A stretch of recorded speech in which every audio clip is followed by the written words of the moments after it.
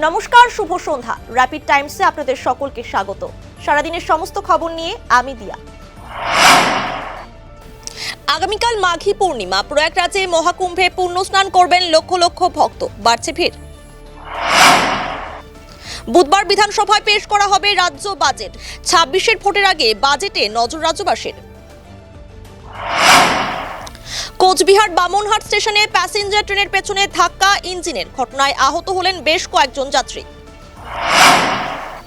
মাধ্যমিক পরীক্ষার দ্বিতীয় দিনে শহরের বিভিন্ন স্কুল পরিদর্শন করলেন Siliguri police commissioner C Sudhakar সহ অন্যান্য পুলিশ আধিকারিকরা।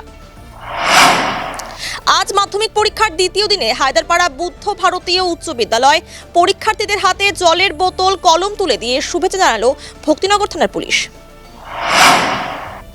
শিলিগুড়িতে ট্রাফিক পুলিশের তৎপরতায় সময় মতো পরীক্ষা কেন্দ্রে পৌঁছলো এক পরীক্ষার্থী। পুলিশের এই উদ্যোগে খুশি পরীক্ষার্থী সহ তার পরিবার। আগামীকাল রয়েছে রাজ্য বাজেট, তার আগে বেড়ে গেল বিভিন্ন চালের দাম, যার জেরে কপালে চিন্তার ভাঁজ সাধারণ মানুষ সহ দোকানদারদের।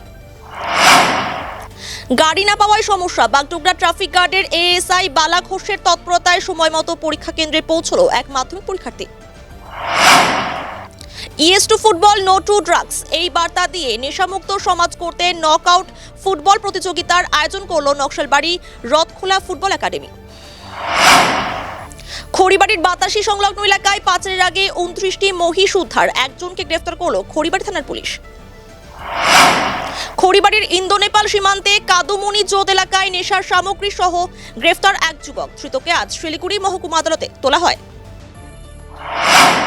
সারাদিনের সমস্ত খবরের আপডেট পেতে নজর রাখুন শিলিগুড়ি টাইমসে। শিলিগুড়ি টাইমসের খবর আপনারা পেয়ে যাবেন শিলিগুড়ি টাইমসের ইউটিউব, এক্স হ্যান্ডেল, থ্রেডস এবং ইনস্টাগ্রাম পেজেও।